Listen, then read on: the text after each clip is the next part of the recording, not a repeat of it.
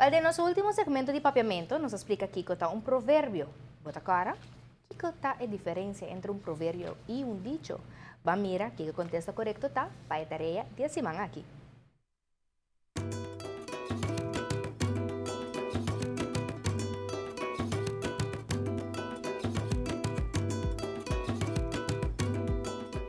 De nossa última edição de nosso segmento de papiamento, nos duna como tarefa para sacar fora de a seguinte frase ng quata um provérbio e quata um dicho. 1. Maneira sardin den bleki.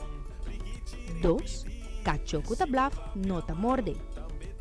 Maneira sardin den bleki ta um dicho, para sobra mister adaptar a frase aqui. E probira, por exemplo, wak nang den auto sinta maneira sardin den bleki. Cachoco ta blaf, nota morde.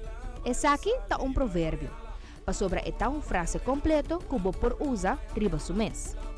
Mas danke por tremendo reação que nós arranha riba nas páginas de Facebook. Cara, queda pendiente para no seguinte segmento outro semana mais. E sim um tique mais de nos duche papiamento.